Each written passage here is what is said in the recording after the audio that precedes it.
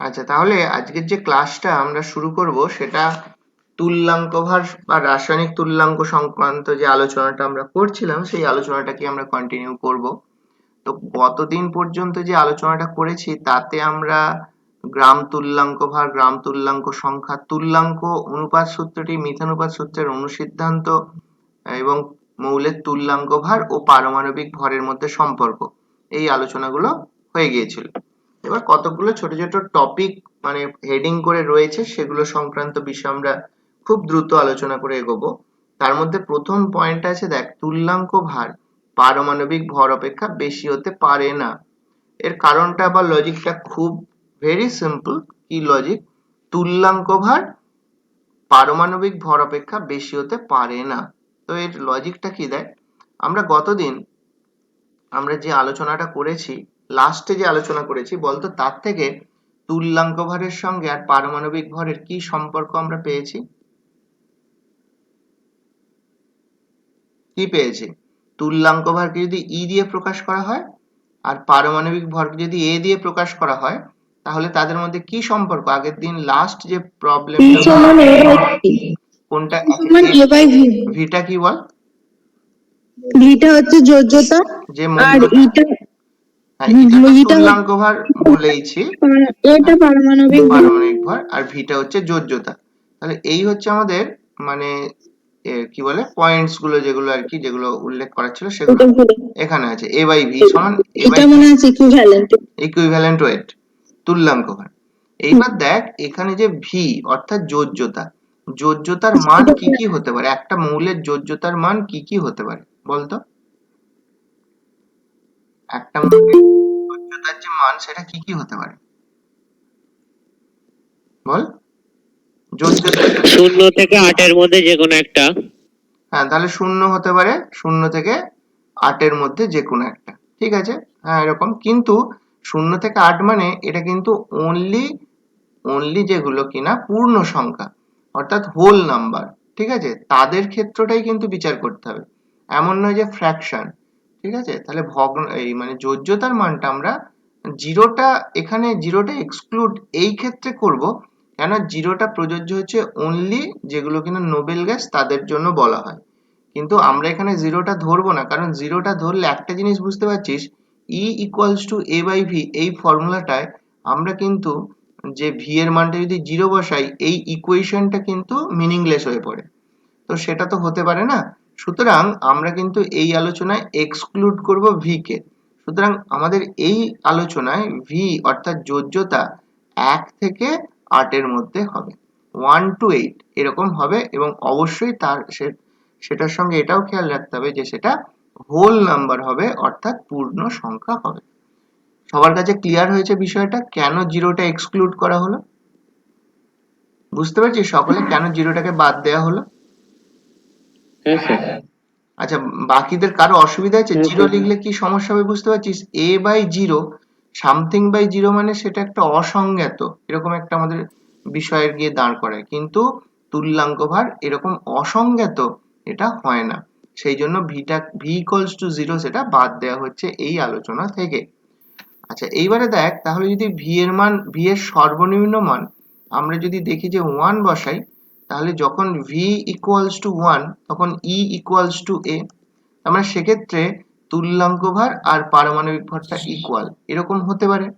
যেমন দেখ, আমরা যদি দেখি কোন কোন মৌলের যোজ্যতা 1 আছে সেরকম ক্ষেত্রগুলো চিন্তা করি, সে ফর এক্সাম্পল হাইড্রোজেন। কিন্তু হাইড্রোজেন মানে কিন্তু যৌগের, প্রত্যেকটাই কিন্তু কম্পাউন্ডের ক্ষেত্রে বিচার করব, যৌগের ক্ষেত্রে বিচার করব। হাইড্রোজেন, তারপর ধর ফ্লুরিন, ঠিক আছে, যাদের যোজ্যতা 1, সোডিয়াম, এদের যোজ্যতা 1, তাহলে তাদের ক্ষেত্রে আমরা কিন্তু দেখব যে ই ইকুয়ালস টু এ। কিন্তু এগুলো কিন্তু কম্পাউন্ডে বিচার করতে হবে, অর্থাৎ কিনা যৌগে বিচার করতে হবে, মৌলে নয়। মৌলিক অবস্থায় সমস্ত পদার্থেরই কিন্তু মৌলিক অবস্থায় কিন্তু ওটা ধরা যাবে না, কোনো যৌগের ক্ষেত্রে আমরা এটাকে ধরবো। অবশ্যই যখন আমরা তুল্যাঙ্ক ভার নির্ণয় করছি তখন বলেইছি যে যৌগ গঠনকালী সেই ঘটনাটা ঘটে। তো সেই জন্যই যৌগে বিষয়টাকে মেনলি বিচার করব আমরা। আর মৌল হলে সেক্ষেত্রে মানে যদি সেটা রিয়াকশনে ইনভলভ হয়, এমনি শুধু শুধু একটা মৌলের তুল্যাঙ্ক ভার নির্ণয় করো, মানে এটা আমরা করতে পারি, কিন্তু একটা জিনিস সবসময় খেয়াল রাখবি, তুল্যাঙ্ক ভার কিন্তু একটা মৌলের তুল্যাঙ্ক ভার সেটা কিন্তু পরিবর্তনশীল হতে পারে, অর্থাৎ তার মানটা আলাদা আলাদা হতে পারে। তো সেই জন্য যৌগের ক্ষেত্রে বা যেখানে রাসায়নিক বিক্রিয়া করছে সেরকম ক্ষেত্রে আমরা বিষয়টাকে ধরবো। আর যদি কোনো ক্ষেত্রে প্রশ্ন থাকে তাহলে জানবি যে তাদের ক্ষেত্রে যোজ্যতার মানটা কিন্তু ফিক্সড। যেমন এই তিনটে উদাহরণ যে আমরা বিচার করেছি, এদের ক্ষেত্রে কিন্তু যদি আমাদের বলে যে ফ্লুরিন একটা, তার হচ্ছে তুল্যাঙ্ক ভার নির্ণয় করো, সেটা কিন্তু অসুবিধা কিছু নেই, কারণ তার ক্ষেত্রে কিন্তু যোজ্যতাগুলো ফিক্সড, অর্থাৎ যোজ্যতাগুলো কিন্তু একদম স্থির। কিন্তু যাদের ক্ষেত্রে যোজ্যতা স্থির নয় তাদের ক্ষেত্রে কিন্তু ইকুয়েশন দেখে বা যৌগ দেখে তাদের কিন্তু ভি এর মানটা নির্ণয় করতে হবে। এই অর্থেই আমি বলছি যে মৌলের কিন্তু মৌলিক অবস্থা আমরা কিন্তু তার তুল্যাঙ্ক ভারটা নির্ণয় করতে যাব না। ঠিক আছে? কেন বলছি কারণটা আমি একটা, মানে আরেকটা আমি প্রবলেম দিয়ে বিষয়টাকে বোঝাচ্ছি যে কেন এই কথাটা হঠাৎ এলো, যে আমরা তখনই এটাকে বিচার করব যেটা হচ্ছে কোনো যৌগের ক্ষেত্রে বা কোনো রাসায়নিক বিক্রিয়ার ক্ষেত্রে। তো উদাহরণটা লক্ষ্য কর, যে ধর আমাকে বলল যে আয়রনের জারণ সংখ্যা নির্ণয় করো। ঠিক আছে? তো এটা কে কি করবি আমাকে একটু বলতো। বলা হয়েছে আয়রনের জারণ সংখ্যা নির্ণয় করো, এটার আনসার কি হবে? কে বলতে পারবি বল?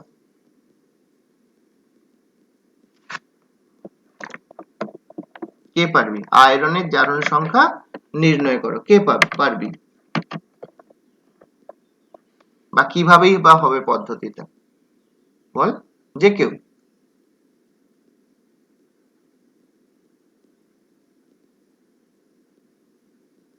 কেউ নেই? আমার কথা শোনা যাচ্ছে রে? হ্যাঁ স্যার। আচ্ছা, তাহলে আয়রনের তুল্যাঙ্ক ভার আগে কি জারণ সংখ্যা বলছি নাকি তুল্যাঙ্ক ভার? হ্যাঁ, ও জারণ সংখ্যা কত? আগে জারণ সংখ্যা বলেন। ওই আগেরটার সঙ্গে মাথাটা মানে ওইটাই হয়ে গেছে, তুল্যাঙ্ক ভার, সরি। আয়রনের তুল্যাঙ্ক ভার নির্ণয় করো, জারণ সংখ্যা বলা হয়ে গেছে, তুল্যাঙ্ক ভার নির্ণয় করো। ওই আগের প্রবলেমটা করেছি তো ওই জারণ সংখ্যার ব্যাপারটাই মাথায় ঘুরছে। বল, কে পারবি বল?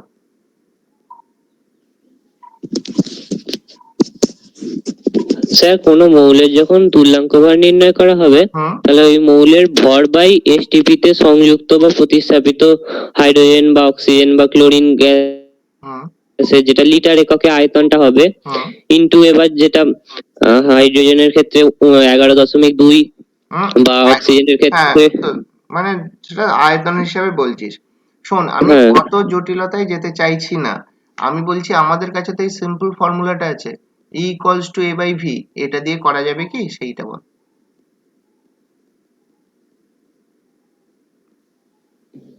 করা যাবে। দেখ বল কি হবে। E তাহলে ইকুয়াল, বল। মৌলের পারমাণবিক লাগবে এ, তাহলে আয়রনের পারমাণবিক ভর হচ্ছে 56, ঠিক আছে? আর তার কিন্তু সঙ্গে যোজ্যতা তো দুরকম। যোজ্যতা দুরকম। তাহলে যোজ্যতা কোনো ক্ষেত্রে 2 হতে পারে, আবার কোনো ক্ষেত্রে যোজ্যতা তো 3 ও হতে পারে। তাহলে তার ভ্যালুটা তো 56/3, এটাও তো আসতে পারে। সুতরাং আমাদের কিন্তু ওই জন্যই আমি বারবার বললাম যে এখানে আমাদেরকে প্রথম খেয়াল করতে হবে যে তুল্যাঙ্ক ভার যখন আমরা নির্ণয় করব তখন সেই মৌলের যোজ্যতাটা যদি না আমরা জানি তাহলে কিন্তু তুল্যাঙ্ক ভার নির্ণয় করতে সঠিকভাবে পারবো না। সঠিকভাবে পারবো না বলতে আয়রনের তুল্যাঙ্ক ভার তার মানে এই ভ্যালুটাও হতে পারে, এই ভ্যালুটাও হতে পারে, এটা আমরা বলতে পারবো।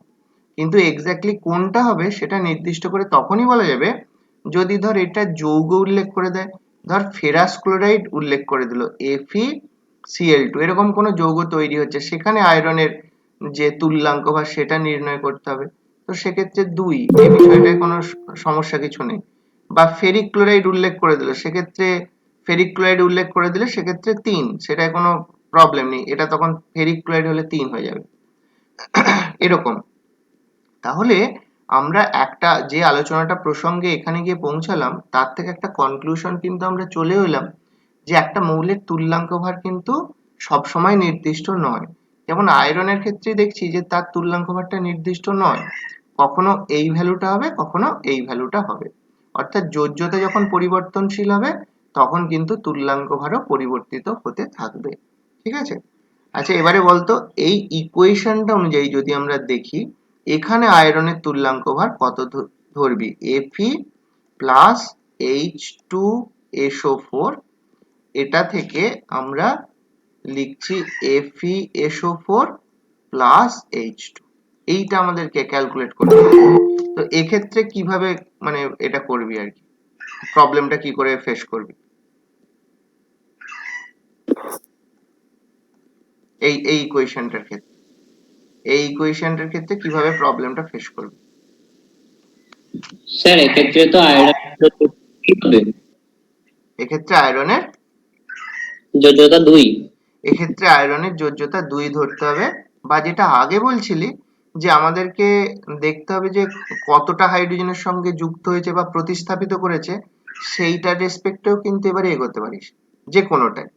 ঠিক আছে, এইখানে দেখ হাইড্রোজেনটা দেখ H2 মানে 1 মোলকে প্রতিস্থাপিত করেছে, সেখান দিয়েও এগোতে পারিস, অথবা আয়রনের যে এক্ষেত্রে যে ফেরাস সালফেট, যে আয়রনটা থেকে ফেরাস সালফেট তৈরি করেছে, সেক্ষেত্রে আয়রনের যোজ্যতা যে 2, এই বিষয়টা ধরে এগোতে পারিস, যেটা ইচ্ছা। বোঝা গেল? আচ্ছা হাইড্রোজেন যে প্রতিস্থাপিত হয়েছে তার যে বিষয়টা ধরে যদি এগোতে চাস কেউ, সেটা আয়তন দিয়েও এগোতে পারিস, সেটা ভরের রেসপেক্টেও এগোতে পারিস। কিভাবে? আচ্ছা বলতো, বাকি অন্যরা একটু রেসপন্স কর, শুধুমাত্র একমাত্র দেখছি কৃষ্ণেন্দু বলছিস, বাকিরা একটু রেসপন্স করতো। এখানে যে হাইড্রোজেন উৎপন্ন হয়েছে সেটার ভর কত?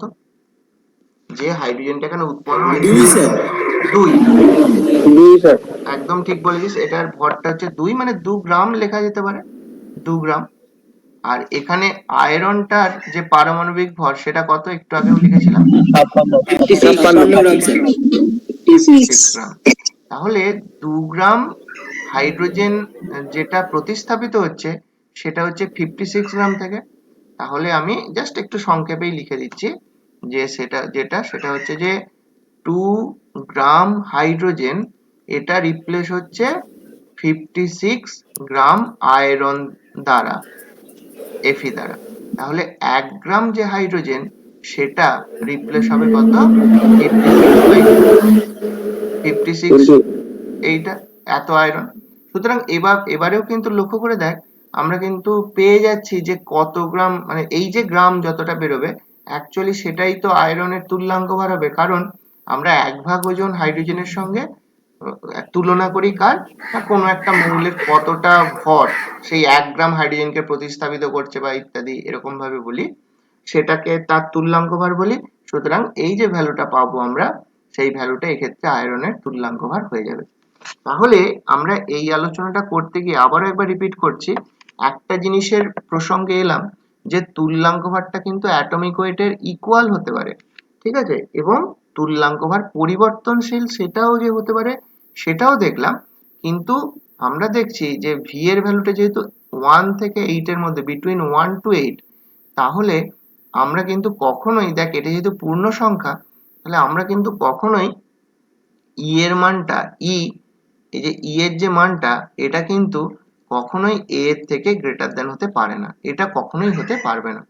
ইটা ইকুয়াল হতে পারে কিন্তু এটা কখনো গ্রেটার দেন হবে না, কারণ এ কে আমরা সবসময় ডিভিশন করছি 1, 2, 3, 4, 5 ইত্যাদি সংখ্যা দ্বারা। তার মানে এইটা হতে পারে এবং ই লেস দেন এ হতে পারে, কিন্তু কখনোই গ্রেটার দেন হবে না। অর্থাৎ ই ইকুয়ালস টু এ হতে পারে, ই লেস দেন এ হতে পারে, but E cannot greater than A. E যদি এ থেকে গ্রেটার দেন হতে হয় তাহলে ভি কে কিন্তু লেস দেন 1 হতে হবে, তবেই এটা পসিবল। যদি ধরে নিই যে ই গ্রেটার দেন এ, তার মানে সেক্ষেত্রে ভি লেস দেন 1, কিন্তু সেটা ভি লেস দেন 1 হয় না। ভি এর লেস দেন 1 বলতে জিরোটা তো এক্সক্লুড করা হয়েছে, ওটার প্রসঙ্গ এখানে বাদ দিচ্ছি। সুতরাং আমরা দেখছি যে যে মৌলগুলোর ক্ষেত্রে তুল্যাঙ্ক ভারের এই যে ফর্মুলাটা আমরা E equals to A by V, এই ফর্মুলাটা সঠিকভাবে অ্যাপ্লাই করতে পারি, তাদের ক্ষেত্রে ভি এর মানটা 0 হতে পারে না, তাদের ক্ষেত্রে ভি এর সর্বনিম্ন মান 1 থেকেই শুরু হয়। সুতরাং ভি এই ফর্মুলা অনুযায়ী ভি কখনো লেস দেন 1 এটা হতে পারবে না, আর সেটা যদি না হতে পারে ভি কিন্তু কখনোই ভি না ই গ্রেটার দেন এ, এটা কিন্তু কখনোই হবে না। তাহলে এইভাবে আমরা লজিকটাকে সাজালাম। কোনো যদি বোঝার অসুবিধা থাকে আমাকে প্রশ্ন করবে। কোনো জায়গাটা যদি বোঝার অসুবিধা থাকে আমাকে প্রশ্ন করবি। আচ্ছা সোহম, কি আজকে ক্লাসে আছিস? হ্যাঁ স্যার।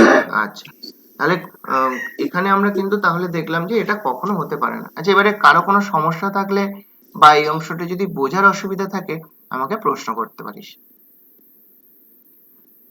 আচ্ছা, তাহলে কেউ কিছু বলছিস না, ধরে নিচ্ছি যে আমার মানে কারো অসুবিধা নেই। আচ্ছা, পরের প্রশ্ন হচ্ছে মৌলের তুল্যাঙ্ক ভার কখনোই শূন্য হতে পারে না, এই আলোচনাটায় চলে আসি।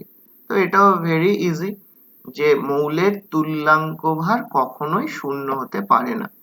দেখ, আমরা দেখতে পাচ্ছি যে ইকুয়েশনটা আমরা একটু আগে নিয়ে আলোচনা করছিলাম, সেই ইকুয়েশন অনুযায়ী আমরা বললাম যে E equals to A by V, E equals to A by V।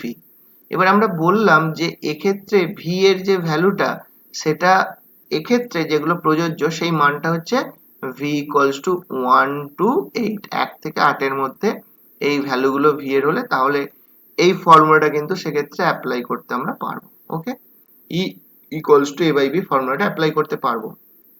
এবার লক্ষ্য কর যে ভিটা তো তার মানে কি হলো 1 2 3 4 5 6 7 8 এরকম পূর্ণ সংখ্যা।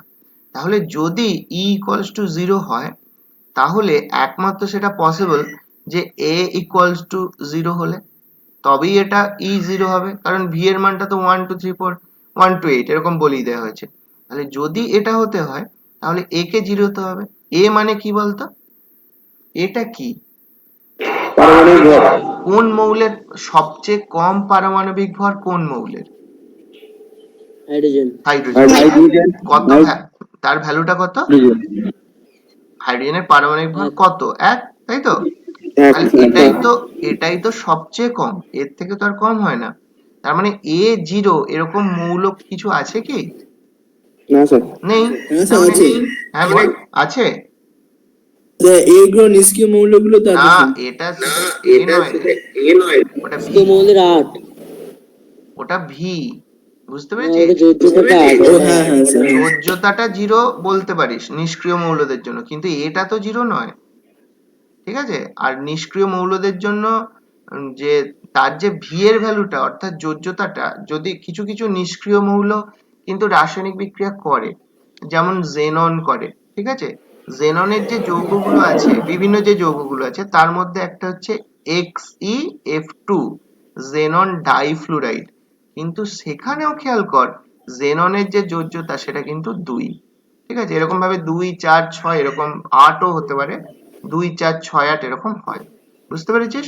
তাহলে ভিটা কিন্তু 0 হতে পারে বাট এ 0 হতে পারে না। আর এ যদি না 0 হয় তাহলে ইটাও কখনোই, এ যেহেতু কখনো 0 হতে পারে না তার মানে ইটাও কখনোই 0 হবে না। এইটাই হচ্ছে যুক্তিটা, প্রত্যেকে বুঝতে পারলি কিনা দেখ। ভি নট ইকুয়ালস টু 0, তাহলে এই শর্তে যদি ই কে 0 হতে হয় তাহলে এ কেও 0 হতে হবে, কিন্তু এ কোনো মৌলের ক্ষেত্রেই 0 নয়, তাহলে ইটাও কোনো মৌলের ক্ষেত্রেই 0 নয়। দেখ লজিকটা প্রত্যেকের কাছে ক্লিয়ার হয়েছে? আচ্ছা, এবারে পরের তাহলে অংশটাই চলে হ্যাঁ আসি। স্যার। হ্যাঁ স্যার বুঝে গেছি। পরের অংশটাই চলে আসি, শূন্য হতে পারে না সেটা দেখালাম। আর মৌলের তুল্যাঙ্ক ভার যোজ্যতার সঙ্গে ব্যস্তানুপাতি, এটা সিম্পল একদম, E equals to A by V, এটা কনস্ট্যান্ট হলে E সমানুপাতি 1 by V, E proportional to বা ভ্যারিজাস 1 বাই V, সেখান থেকে আমরা পেয়ে যাচ্ছি E equals to 1 by V। সুতরাং এখান থেকে আমরা যে স্টেটমেন্ট এখানে দিয়েছে মৌলের তুল্যাঙ্ক ভার যোজ্যতার সঙ্গে ব্যস্তানুপাতিক, সেটা প্রমাণিত হয়ে গেল। এর থেকে আর বেশি কিছু বলছি না।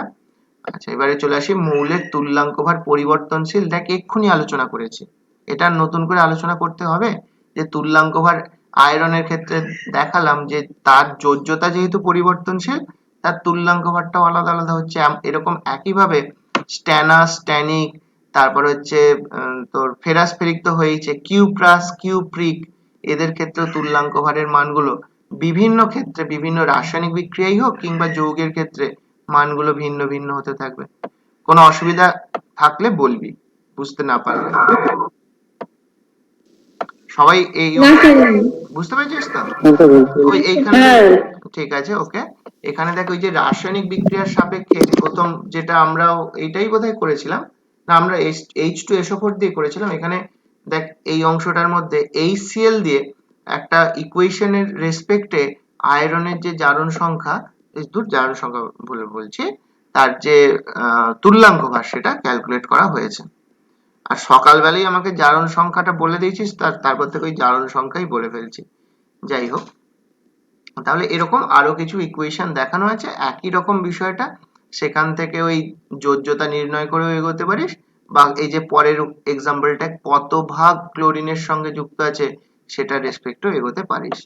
এরকম পরিবর্তনশীল তুল্যাঙ্ক ভার তথা যোজ্যতা দেখায় এরকম আরো কিছু মৌলের উদাহরণ এখানে দেয়া আছে, আমরাও কিছু উল্লেখ করেছি। ঠিক আছে, এই পর্যন্ত আলোচনা তাহলে আমাদের হলো। যদি কেউ কিছু বলতে চাস তাহলে এখন বলেন, যদি কারো কিছু থাকে বা বলার থাকে বলে নে। স্যার, পরিবর্তনশীল তুল্যাঙ্ক ভার কি শুধু সন্ধিগত মৌলেরই হবে? না, এখানে সন্ধিগত মৌল সব নেই তো, এখানে দেখ না, এখানে সন্ধিগত মৌল ক্রোমিয়াম ম্যাঙ্গানিজ আছে, মার্কারিটাও আছে সন্ধিগত মৌলের মধ্যে, কিন্তু টিন, লেড এবং আর্সেনিক এগুলো পি ব্লক মৌল। তাহলে পি ব্লক মৌলদেরও পরিবর্তনশীল তুল্যাঙ্ক ভার দেখাবে, কিন্তু কারা দেখাবে না? এস ব্লক মৌলরা, গ্রুপ 1 আর গ্রুপ 2 এদের মৌলরা কিন্তু সবসময় এদের যোজ্যতা ওই গ্রুপ 1 হলে 1 আর গ্রুপ 2 হলে 2, এটা ফিক্সড। তাদের ক্ষেত্রে পরিবর্তনশীল তুল্যাঙ্ক ভার দেখাবে না, কিন্তু D block, F block, P block এদের মৌলগুলো পরিবর্তনশীল তুল্যাঙ্ক ভার দেখাবে। বোঝা গেল? আচ্ছা, আর কেউ কিছু কোশ্চেন করবে?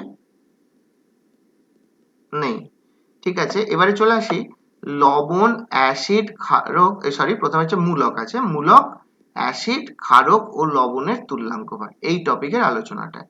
আচ্ছা, এই টপিকের আলোচনাটায় বলি, এখান থেকেই তুল্যাঙ্ক ভার, মূলকের তুল্যাঙ্ক ভার বা হচ্ছে অ্যাসিডের তুল্যাঙ্ক ভার, ক্ষারকের তুল্যাঙ্ক ভার, এগুলোর যে তুল্যাঙ্ক ভার, এই সংজ্ঞাগুলো তোরা পড়বি। আমরা যেটা করব, আমি একটা করে এক্সাম্পল দিয়ে দিয়ে তোদেরকে আমি খুব দ্রুত এই অংশটা বুঝিয়ে দেবো, ঠিক আছে? তাহলে আমি শুরু করছি। প্রথম হচ্ছে যেটা, সেটা হচ্ছে যে মূলকের তুল্যাঙ্ক ভার, এই টপিকটা আমরা আলোচনা করব। ঠিক আছে, একটা এক্সাম্পল দিয়ে শুরু করি। তো ফার্স্ট অফ অল আমরা তাহলে এইটাকে একটুখানি তোদের এরকম, এই যে এর মধ্যে এইগুলো লেখা হয়েছিল, কেউ চাইলে পরে এখান থেকে লিখেও নিতে পারিস, বা যদি কেউ স্ক্রিনশট নিয়ে, তো দরকার নেই সেরকম, যদি কেউ স্ক্রিনশট নিতে চাস নিয়ে নে এখন, যদি কেউ স্ক্রিনশট নিতে চাস, খুব প্রয়োজন কিছু নেই বলছি না। আচ্ছা, আমি পরেরটায় তাহলে চলে যাচ্ছি। নেক্সট, এবারে হচ্ছে এই, আচ্ছা প্রথম দেখ, আমাদের যেটা বলেছিল মূলক, তার তুল্যাঙ্ক ভার এটা বলেছিল। এবারে দেখ তুল্যাঙ্ক ভার যে বিষয়টা আমরা এতক্ষণ পর্যন্ত আলোচনা করলাম, সেখানে দেখ আমরা একটা উদাহরণ নিই, তাহলে সবচেয়ে সুবিধা আমাদের। ধর আমাদের বলেছে SO4 সালফেট মূলক, সালফেট মূলকের তুল্যাঙ্ক ভার নির্ণয় করো। তো দেখ সালফেট মূলকের তুল্যাঙ্ক ভার, এটা কিন্তু ফর্মুলাটা ওই আগেরই মতো, শুধু একটু পার্থক্য হবে কি না, এখানে E ইকুয়ালস টু, এখানে আসবে, ওখানে ছিল কি A/V, এই ফর্মুলাটা ছিল, এখানে হবে ফর্মুলা মাস, ফর্মুলা মাস অর্থাৎ সংকেত ভর বাই তার যোজ্যতা ভ্যালেন্সি, এটাও বলতে পারিস, আর যদি এটাকে আয়ন হিসাবে ভাবিস তাহলে তার চার্জ। আচ্ছা এটা একটু বলে দিই, আচ্ছা এইটা না একটু মিসকনসেপশন তৈরি হতে পারে, এইখানটা আমি একটু মুছে দিচ্ছি, এটাকে আমি বরং এইভাবে লিখি, ভি অর চার্জ। আচ্ছা কোনটা কি আরেকবার একটু উল্লেখ করি, আমাদেরকে বলা হয়েছিল SO4 সালফেট মূলকের তুল্যাঙ্ক ভার নির্ণয় করতে। সালফেট মূলকের তুল্যাঙ্ক ভারটা বার করতে গেলে আমার তো এই কার সঙ্গে যৌগটা গঠন করেছে সেটা তো আমাকে দেখতে হবে, নাহলে আমি জুটি করে জানবো কি করে? আচ্ছা আমি পুরো আলোচনাটা করি, তারপরে আবার প্রশ্ন থাকলে, এক্ষুনি যেটা প্রশ্নটা করলি সেটা আমি পরে আবার ডিসকাস করব, ওকে? আগে আমি পুরো ডিসকাশনটা করে নিই। আচ্ছা এবারে দেখ সালফেট মূলকের যে কথা বলেছে, আগে আমরা ফর্মুলাটা বুঝে নিই, সালফেট মূলকের তুল্যাঙ্ক ভার নির্ণয় করব ঠিক কিভাবে। ঠিক আছে, একটা বিষয় খেয়াল করবি, আমরা যেমন মৌলের তুল্যাঙ্ক ভার পড়েছি, আমরা কিন্তু কোনো মূলকের তুল্যাঙ্ক ভার যখন আলোচনা করব, তার সংজ্ঞাটা কিন্তু সেইভাবে ম্যানিপুলেটেড হবে। আমি সংজ্ঞাটার প্রসঙ্গে এক্ষুনি আসছি না, আমি চলে আসছি একদম মানে প্রবলেম সলভের দিকে। ঠিক আছে, এটা থেকে পরে সংজ্ঞায় যাব, বা সংজ্ঞাটা তোরা নিজেও পড়তে পারবি। এর যে ফর্মুলা তুল্যাঙ্ক ভর নির্ণয়ের, সেটা হলো তার সংকেত ভর। সংকেত ভর মানে নতুন কিছুই নয়, এই যে SO4 যে ইউনিটটা দেখছিস তার সাপেক্ষে যে ভরটা বেরোবে সেটাই হচ্ছে তার ফর্মুলা মাস বা সংকেত ভর, ডিভাইডেড বাই ভি মানে হচ্ছে ভ্যালেন্সি বা যোজ্যতা। SO4 মূলকের যে যোজ্যতা বা ভ্যালেন্সি সেটা, অর চার্জ। চার্জটা কোথা থেকে এলো? আচ্ছা বলতো সালফেট মূলক, এটা আর কোথায় শুনেছিস, কোন যৌগে শুনেছিস সালফেট মূলকের কথা? আর কোন যৌগে শুনেছিস সালফেট মূলকের কথা, যে সেখানে SO4 আছে? বল বল। H2SO4 এর ক্ষেত্রে। আচ্ছা কেউ বলতে পারবি H2SO4 কিভাবে আয়নিত হয়? Ion plus plus two minus minus plus SO4 2 minus. 2H plus plus SO4 2 minus। তাহলে সালফেট মূলক হিসেবেই ভাবি কিংবা সেটা আয়ন আকারে ভাবি, আচ্ছা বলতো আয়ন আকারে ভাবলে তার চার্জ বা আধানের মান কত হলো? Minus না শুধু 2, আধানের মানটা হবে, হ্যাঁ অনলি মানটা, ভ্যালুটা, মাইনাস প্লাস এর ব্যাপারটা নয় এখানে, শুধু ভ্যালুটা, সেটা 2 হচ্ছে, ঠিকই বলেছিস। আর আমরা দেখ এমনিতে আগেও ছোটবেলায় মুখস্থ করেছি সালফেট মূলকের যে যোজ্যতা, সেই যোজ্যতার মান হচ্ছে 2। সুতরাং আমাদের দেখ এটা হিসেবেই ভাবিস কিংবা এটা, এখানে কিন্তু আমরা দেখতে পাচ্ছি যে তার যে যোজ্যতাই বল বা তার চার্জের মানটা, সেই মানটা হয়ে যাচ্ছে 2। তাহলে এখানে দেখ নেক্সট যে ক্যালকুলেশনের পার্টটা এগোবো, সেখানে দেখ তার যে ফর্মুলা মাস বা যে সংকেত ভর, সেই সংকেত ভরটা ক্যালকুলেট করলে দেখবি সালফার 32 আর এখানে হচ্ছে তোর 4 into 16 টোটাল করলে, সরি এটা 96 হয়ে যাবে। 96 ডিভাইডেড বাই ভ্যালেন্সি, আচ্ছা কার মাইকটা অফ কর, ভ্যালেন্সি যদি বলিস সেটাও 2 হয়ে যাবে, চার্জ যদি বলিস সেটাও 2 হয়ে যাবে, তো 96/2 হয়ে যাবে, গিয়ে আমাদের ভ্যালুটা তাহলে আসবে 48। দেখ তো ঠিক হলো বা বুঝলি কিনা? হ্যাঁ স্যার। সবার কাছে বিষয়টা ক্লিয়ার হয়েছে? হ্যাঁ স্যার বোঝা গেছে। আচ্ছা ঠিক আছে। আচ্ছা আগে আমাকে কেউ একটা প্রশ্ন করবে, তার মাইকে এত আওয়াজ হচ্ছে রে। যাই হোক, এই যে আমরা এখানে বলছিলাম যে সালফেট, এখানটা আমি যখন বোঝাতে শুরু করেছিলাম কেউ আমাকে প্রশ্ন করছিল যে স্যার এখানে কার সঙ্গে কি যুক্ত হয়েছে, এই নিয়ে একটু সমস্যা তৈরি হচ্ছে। তো সেই সমস্যাটা এই ফর্মুলা অনুযায়ী আমরা যদি তার এগোই, যেটা মূলকের ক্ষেত্রে তুল্যাঙ্ক বা নির্ণয়ের ফর্মুলা, সেই অনুযায়ী কোনো অসুবিধা হচ্ছে কিনা বল আমাকে। আর অসুবিধা আছে এটা, এই ফর্মুলাটা বুঝতে বা কিভাবে এলো সেটা বুঝতে? আচ্ছা নেই, তাহলে ধরছি। তো পরেরটা তাহলে সংজ্ঞাটা না তোরা পড়ে নিবি, সংজ্ঞাটা এখানে সেরকম ভাবে খুব কম রেয়ার আসতে পারে, মূলকের তুল্যাঙ্ক ভরের সংজ্ঞা দাও, কিন্তু এই যে আমরা এই যে মূলকের সংকেত ভর বা মূলকের যোজ্যতা বা তার আধানের পরিমাণ, এইটা দিয়ে আমাদের অঙ্ক বেশি করতে হয়। আচ্ছা এবারে চলে আসি অ্যাসিড বা ক্ষারক বা ক্ষারের তুল্যাঙ্ক ভর, এই প্রসঙ্গে এবারে চলে আসি। তাহলে আমাদের এবারে এটা তাহলে মূলকের ক্ষেত্রে গেল। এবারে আমরা যে আলোচনাটা করছি সেটা হচ্ছে যে অ্যাসিড বা ক্ষারকের ক্ষেত্রটা কি। আচ্ছা সেই প্রসঙ্গে প্রথমেই একটা কথা বলি যে একটা অ্যাসিড যে আছে, একটা ধর অ্যাসিডের, প্রথম অ্যাসিড নিয়ে আলোচনা করি। তো একটা অ্যাসিডের যে অণু আছে ধরে নে, সেই অণুর মধ্যে ধর এই যে আমরা সালফিউরিক অ্যাসিড অলরেডি লিখেছিলাম, সেরকমই অন্য একটা এক্সাম্পল আমরা ধরি। ধর আমরা আলোচনা করছি নাইট্রিক অ্যাসিড HNO3। তো বলতো নাইট্রিক অ্যাসিড কিভাবে আয়নিত হবে, কিভাবে আয়নিত হয় বল? H plus H plus NO3 minus H plus এবং NO3 মাইনাস। তাহলে আমাকে বলতো এই যে নাইট্রিক অ্যাসিড আমরা বিচার করলাম, এর একটা অণুতে প্রতিস্থাপনযোগ্য হাইড্রোজেন পরমাণুর সংখ্যা কত, অথবা এটাও বলতে পারিস একটা নাইট্রিক অ্যাসিডের যে অণু, সেই একটা নাইট্রিক অ্যাসিডের অণু থেকে কটা H প্লাস উৎপন্ন হয়, কটা? একটা একটা। একটা অণু থেকে যতগুলো H প্লাস উৎপন্ন হবে সেটাকে ওই অ্যাসিডের ইংরেজিতে বলে বেসিসিটি, বাংলায় বলে ক্ষারগ্রাহিতা, একটা অ্যাসিডের অণু থেকে যতগুলো H+ উৎপন্ন হয় সেই সংখ্যাটা হলো ওই অ্যাসিডের বেসিসিটি, বাংলায় বলছে ক্ষারগ্রাহিতা। তাহলে নাইট্রিক অ্যাসিডের ক্ষেত্রে ক্ষারগ্রাহিতার মান কত হলো? 1 1 হলো। তাহলে এক্ষেত্রে এবার তুল্যাঙ্ক ভার 1 হয়েছে, সবাই বুঝেছিস? তাহলে এক্ষেত্রে তুল্যাঙ্ক ভার আমরা কি করে নির্ণয় করব? না E of HNO3, E of nitric acid, HNO3 that equals to, আমরা তাহলে পেয়ে যাচ্ছি, দেখ ওই আগের বারের মতোই। এক্ষেত্রে তার অ্যাসিড হওয়ার কারণে তার ফর্মুলা মাসও বলতে পারিস, মানে অ্যাসিডটা আয়নিত হয়েই আছে যদি ভাবিস, এটা আয়ন আকারে আছেই যদি ভাবিস, কিংবা তার মলিকুলার ওয়েটও বলতে পারিস।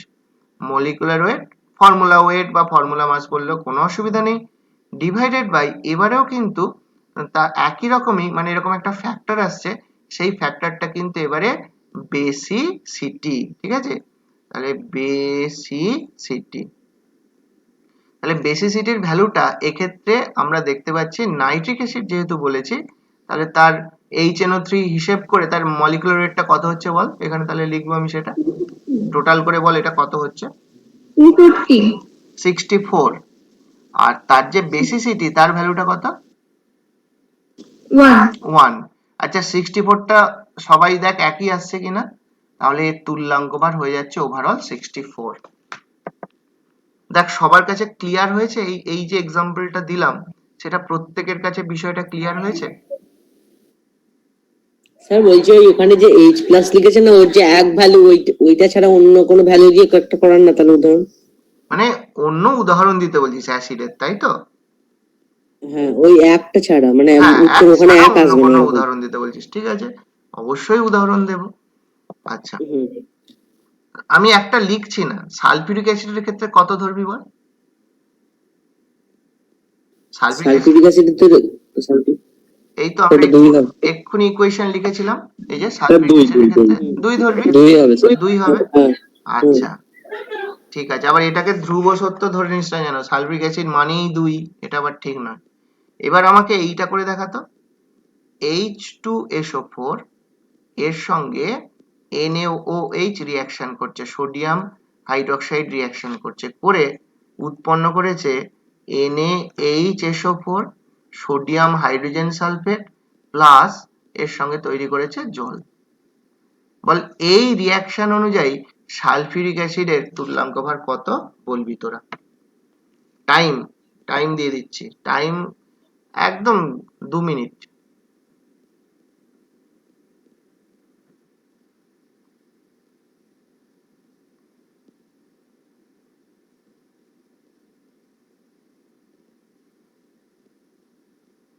দাঁড়া এটাকে সেট করি একবার।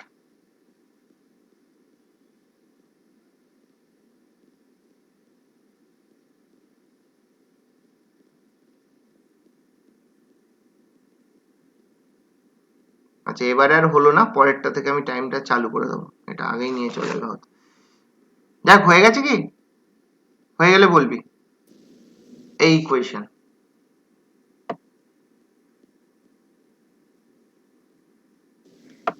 স্যার কোয়েশ্চেনটা একবার বলুন। এই ইকুয়েশন অনুযায়ী সালফিউরিক অ্যাসিডের তুল্যাঙ্ক ভার কত, এই ইকুয়েশন যেটা লিখেছি সেই অনুযায়ী। আর 1.5 মিনিট টাইম দেবো, আর যার হয়ে যাবে বলবি।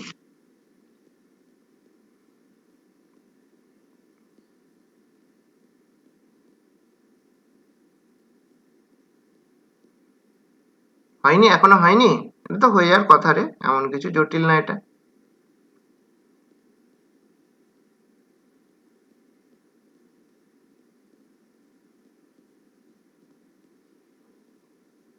ঊনপঞ্চাশ। বোঝা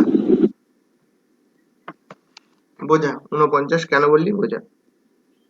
স্যার মানে এখানে H2SO4 এখানে গোটাটা ভ্যালুটা ধরবো তো নাকি? H2SO4, হ্যাঁ E of H2SO4 এইটা বার করতে হবে, E of H2SO4, সেটাই তো আমি বললাম সালফিউরিক অ্যাসিডের তুল্যাঙ্ক ভার এই ইকুয়েশন অনুযায়ী নির্ণয় করতে হবে আমাদের। বল সেক্ষেত্রে তাহলে কি হয়েছে? ঊনপঞ্চাশ হচ্ছে। আর কেউ কিছু বললে বল না রে।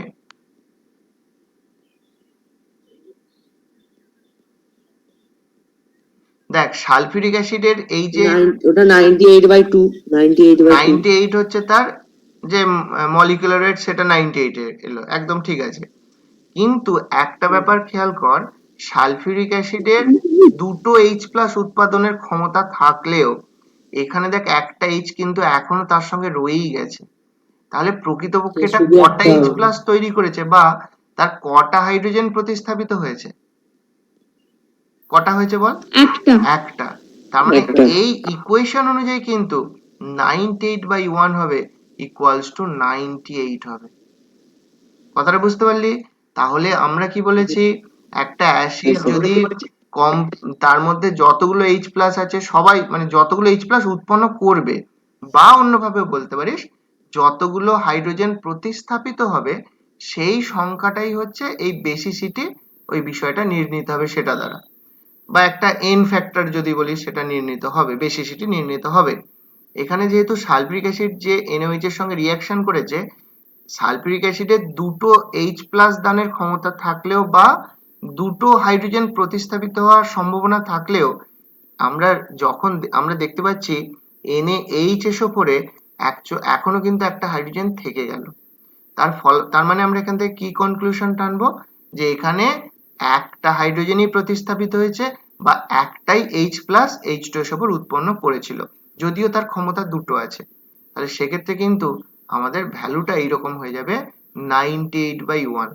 কিন্তু কোনো ক্ষেত্রে যদি Na2SO4 তৈরি করতো, যে পুরোপুরি দুটো হাইড্রোজেনই প্রতিস্থাপিত হয়ে যাচ্ছে, সেক্ষেত্রে 2 দিয়ে ভাগ হতো। দেখ এই পর্যন্ত সবার কাছে ক্লিয়ার হয়েছে কিনা? হ্যাঁ স্যার। আচ্ছা, আর কেউ যদি কোনো অন্য লজিক কিছু বলিস বা কিছু বলিস, আমি বলতে পারিস, বা স্যার ঠিক বুঝতে পারলাম না, ঠিক এরকম হলে অবশ্যই বল তাড়াতাড়ি। স্যার বলছি H2SO4 এর বেসিসিটিটা 1 আর 2 এর বেশি হতে পারে কখন? না, 2 এর বেশি হবে না, এটা ঠিক। 2 এর বেশি হবে না, এটা একদম ঠিক বলেছিস। ঠিক আছে। বেসিসিটি করার অর্থটা কি? বেসিসিটির অর্ডার হচ্ছে যে একটা অ্যাসিডের অণুতে প্রতিস্থাপনযোগ্য হাইড্রোজেন পরমাণুর সংখ্যা কটা, বা এভাবে ভাবতে পারিস যে একটা অ্যাসিডের অণুতে একটা অ্যাসিডের অণু জলীয় দ্রবণে গেলে কতগুলো H প্লাস তৈরি করে, সেই সংখ্যাটাই হচ্ছে তার বেসিসিটি। এটা বাংলায় বলা হচ্ছে ক্ষারগ্রাহিতা। ওকে, ক্ষারগ্রাহিতা, সেটাই বেসিসিটি। কিন্তু দেখতে হবে যে একটা রিঅ্যাকশনে তার যতটা ক্ষমতা, সবগুলোই সে দান করছে কিনা বা সবগুলোই সে H প্লাস দিচ্ছে কিনা, সেটা কিন্তু খেয়াল করতে হবে। যেমন এটার ক্ষেত্রেই দেখলি। ঠিক আছে। আচ্ছা, আজকে আর একটা অ্যাসিডের উদাহরণ দিয়ে আজকের আলোচনাটা শেষ করব। তো এরপরে আমি আরেকটা এক্সাম্পল তোদের সঙ্গে আলোচনা করব,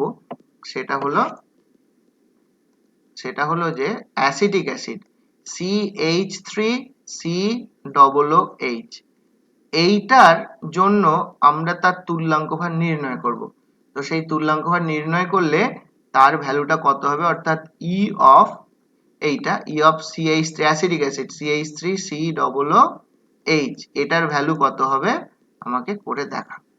1 মিনিট টাইম।